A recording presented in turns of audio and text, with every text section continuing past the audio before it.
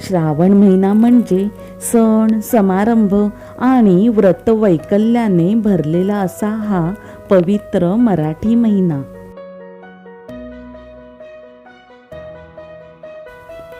श्रावण महिना भगवान शिव यांना अत्यंत प्रिय आहे.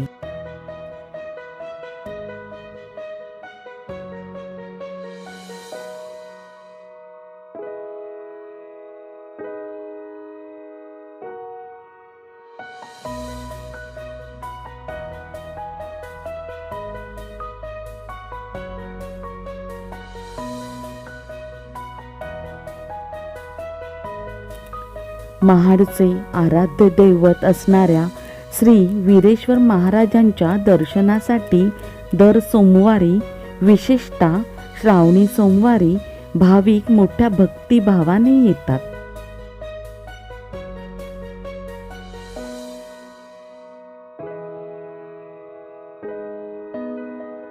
श्रावण महिन्यातील सोमवार हा दिवस मनोकामना पूर्ण करणारा मानला जातो.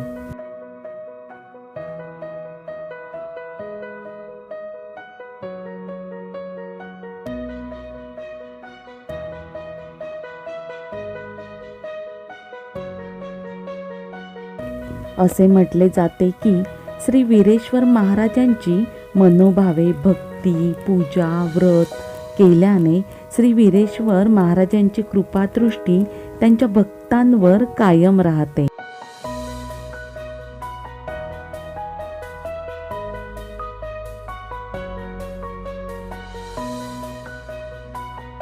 मंदिरातील पवित्र, प्रसन्न, शांत वातावरण मन प्रफुल्लित करते.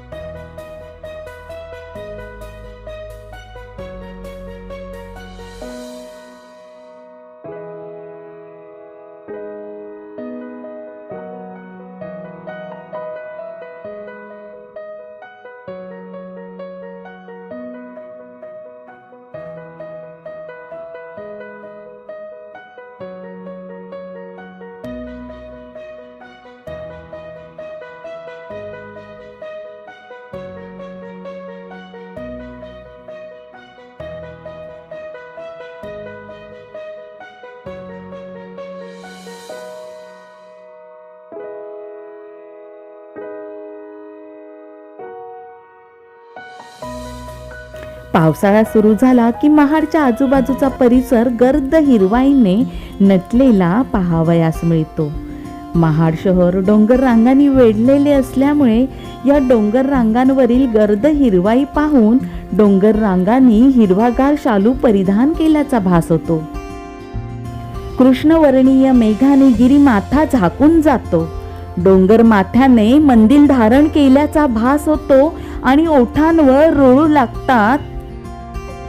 श्रावणात घननिळा बरसला या गाण्यांच्या ओळी. महाडचे सौंदर्य जास्त खुलून दिसते ते श्रावण महिन्यात. सारा निसर्ग अद्वितीय सौंदर्याने नटलेला पाहावयास मिळतो. श्रावण महिन्यात निसर्ग आपल्या अनंत हातांनी सौंदर्याची जणू मुक्तपणे उधळण करीत असतो. बालकवींच्या भाषेत सांगायचे झाल्यास श्रावण मासी हर्ष मानसी असा हा आनंदाने भरलेला श्रावण महिना. आषाढातील मेघमल्हारच्या अनवट रागदारीनंतर हळुवार, अलवार तसेच नाजूक ताना व लकेरी म्हणजे श्रावण मास असे वर्णन नक्कीच समर्पक वाटेल. मुसळधार पडणाऱ्या पावसाने थोडी विश्रांती घेतलेली असते. कधी रिमझिम पाऊस तर कधी ऊन. मधूनच अवकाशात डोकावणारे हे इंद्रधनू. ऊन पावसाच्या खेळात आसमंत रूपी पटलावर सप्तरंगातील कमानदार रेखावली पाहून निसर्गाच्या मनमोहक सौंदर्याचा प्रत्यय येतो. अचानक उगवणाऱ्या पाहुण्यासारखं हे इंद्रधनुष्य अचानक उगवतं, थोडा वेळ राहतं आणि हुरहुर लावून नाहीसं होतं. ऊन पावसाच्या खेळामुळे निसर्ग अवघ्या धरणीला आनंदाचे, सुशोभितपणाचे वरदान देतो. अवघा निसर्ग टवटवीतपणात न्हाऊन निघतो.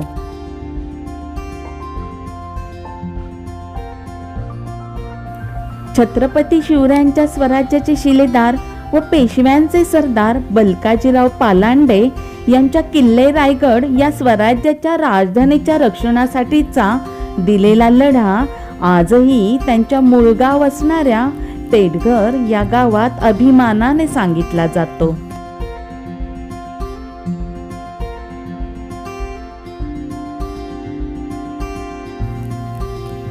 आजही या गावात त्यांची ही शौर्याची परंपरा भारतीय सैन्य दलात येथील नागरिक बजावत आहेत.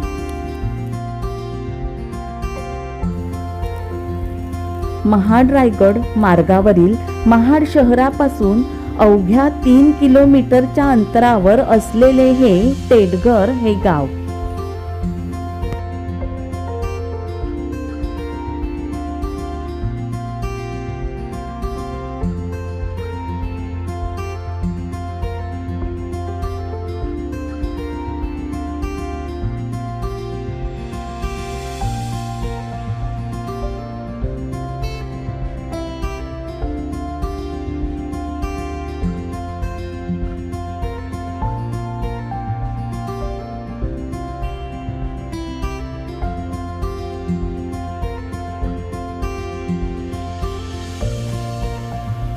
हिरव्यागार निसर्गाने ओथंबून वाहणारे हे गाव पाहून म्हणावेसे वाटते, हिरवे हिरवे गार गालीचे, हरित तृणांच्या मखमालीचे.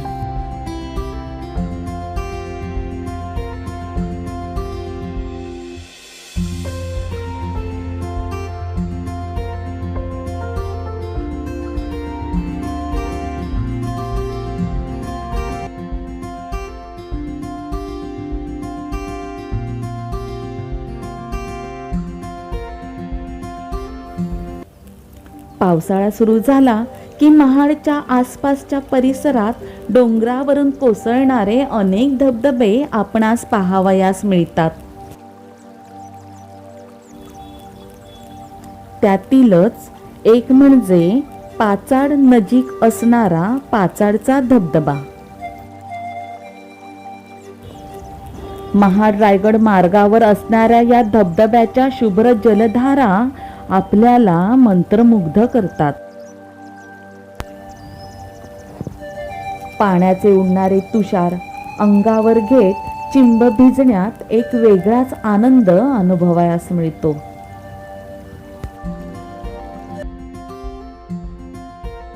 नदीच्या काठावरील रांगेतील माड, मुंबई गोवा हायवे आणि समोर डोंगरावरून कोसळणारा धबधबा असे नयनरम्य दृश्य आपणास पाहावयास मिळते ते महाड जवळील केंबुर्ली या ठिकाणी.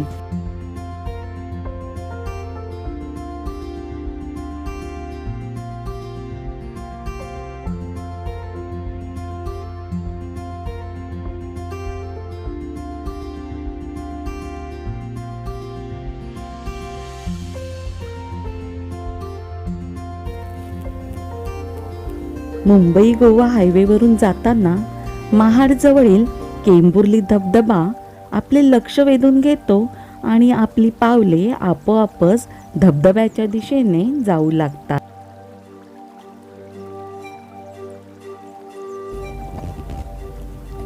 मुख्य रस्त्यापासून फक्त 5 मिनिटाच्या अंतरावर असणारा हा धबधबा पर्यटकांना आकर्षित करतो.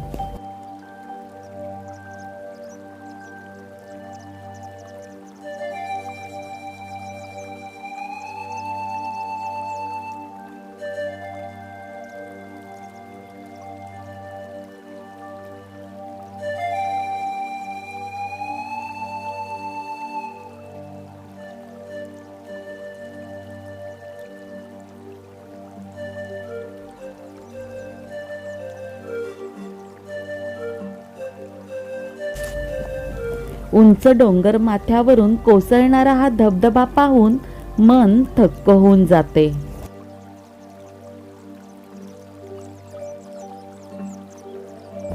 कोसळणाऱ्या पाण्याच्या संगीतावर येणारे विविध पशुपक्ष्यांचे आवाज एका वेगळ्याच संगीताची निर्मिती करतात.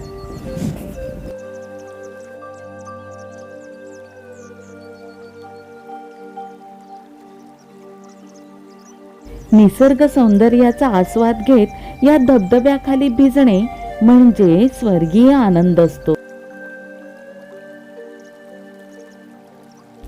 निसर्गाचा हा मुक्त आविष्कार पाहून मन प्रसन्न होते.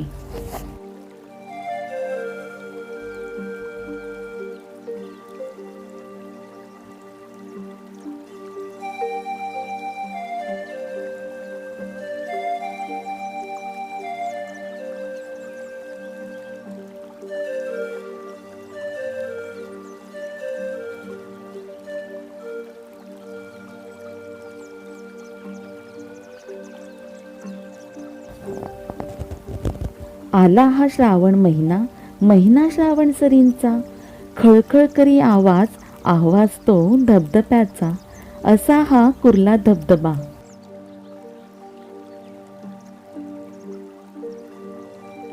महाड दापोली मार्गावर कुर्ला धरणाजवळ असणारा हा छोटेखानी धबधबा.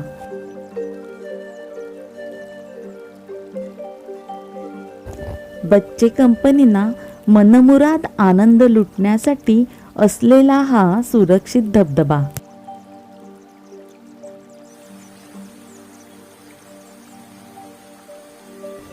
शांत वातावरण, निरभ्र आकाश, पक्ष्यांचे आवाज आणि धबधब्याच्या पाण्याचा झुळझुळणारा, खळाळत जाणारा आवाज आपले मन गुंतवून टाकतो.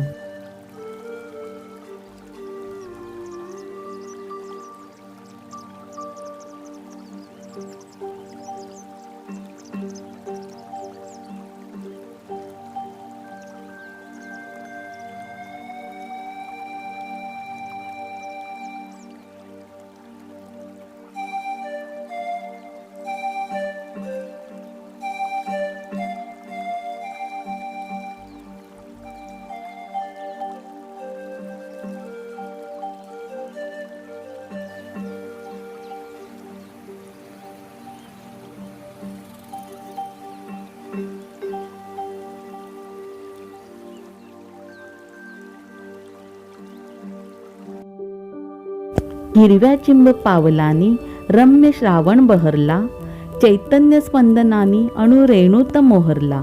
येथील हिरवागार निसर्ग पाहून मन हरवून जाते. सर्वत्र गर्द हिरवीगार झाडे, वेली, त्यावर उडणारी नाजूक फुलपाखरे, हे दृश्य पाहून निसर्गाने सौंदर्याची भरभरून उधळण केली आहे असे वाटते.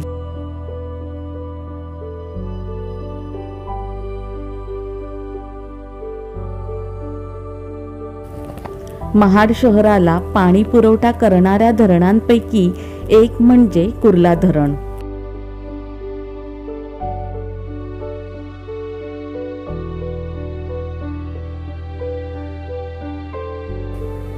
(1962) साली कुर्ला धरण बांधण्यात आले.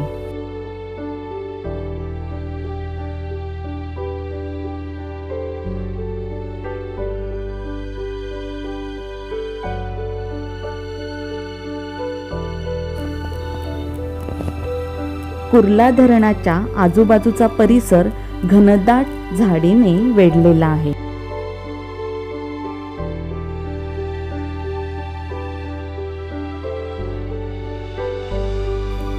प्रफुल्लित रान, सुगंधित सुवास, गवताच्या पात्यावरून हवेचा प्रवास,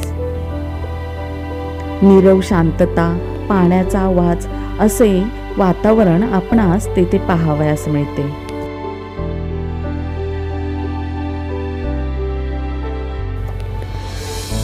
पावसाळ्यात, खास करून श्रावण महिन्यात तर येथील पाण्याच्या प्रवाहाप्रमाणेच निसर्ग देखील ओथंबून वाहत असतो.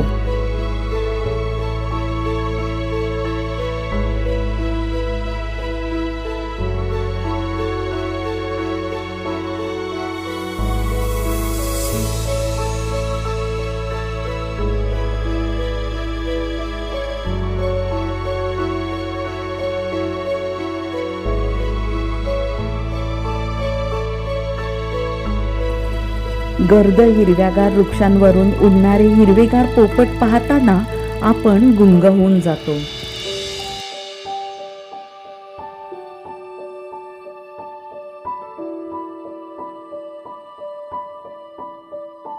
वरुण राजाच्या स्पर्शाने वसुंधरा चिंब चिंब न्हाली, जणू हिरवा शालू नेसून शृंगार नववधूचा ल्याली. असे दृश्य आपणास पाहावयास मिळते ते आंबवली धरणाच्या परिसरात.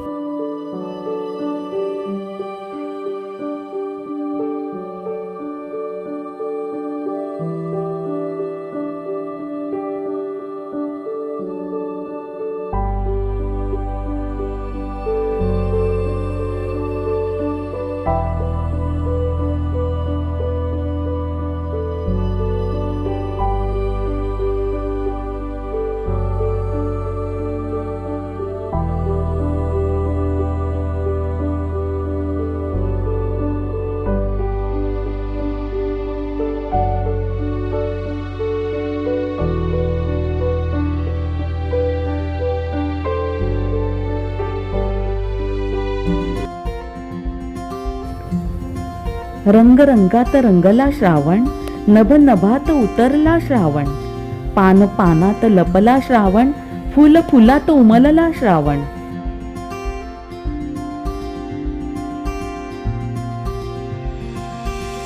कोवळ्या उन्हासोबत आलेली अलगद श्रावण सर, अवखळ वाऱ्याची अल्लडशी लहर, पाना फुलांना फुटलेला अनोखा बहर.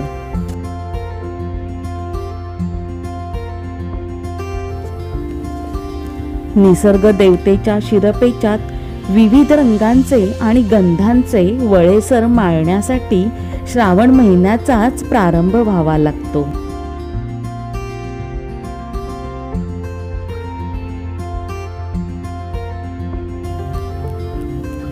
गगनाचा गाभारा विविध प्रकारच्या रंगीबेरंगी फुलांच्या संमिश्र सुगंधाने भरून त्या सगळ्या सुगंधाचा एक वेगळाच सुगंध आसमंतात पसरून राहतो.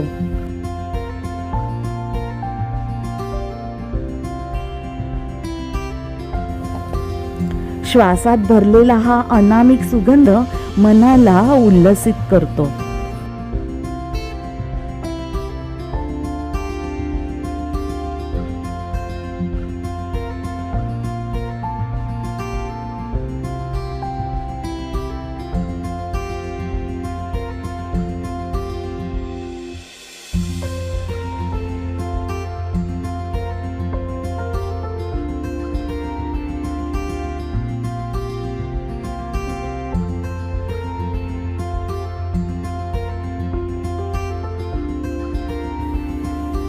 पाऊस कमी होत ऊन पडले की माळरानावर इवल्याशा रानफुलांचे ताटवे आपले अस्तित्व दाखवून देतात.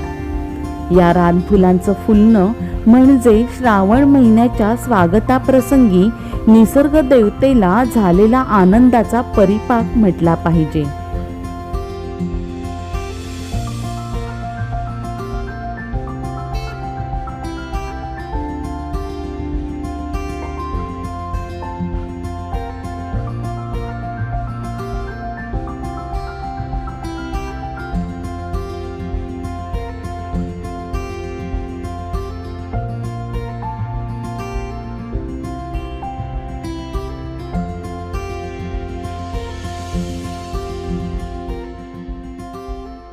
विविध प्रकारच्या दाराजवळ केलेल्या गावठी भाज्या श्रावणातच उपलब्ध होतात.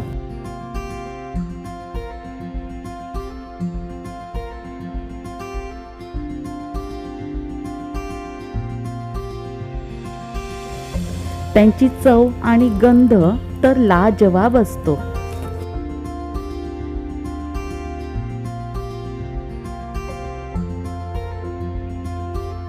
पक्षी, फुलपाखरे हवेत झोके घेताना आसमंत अधिकच विलोभनीय बनवतात.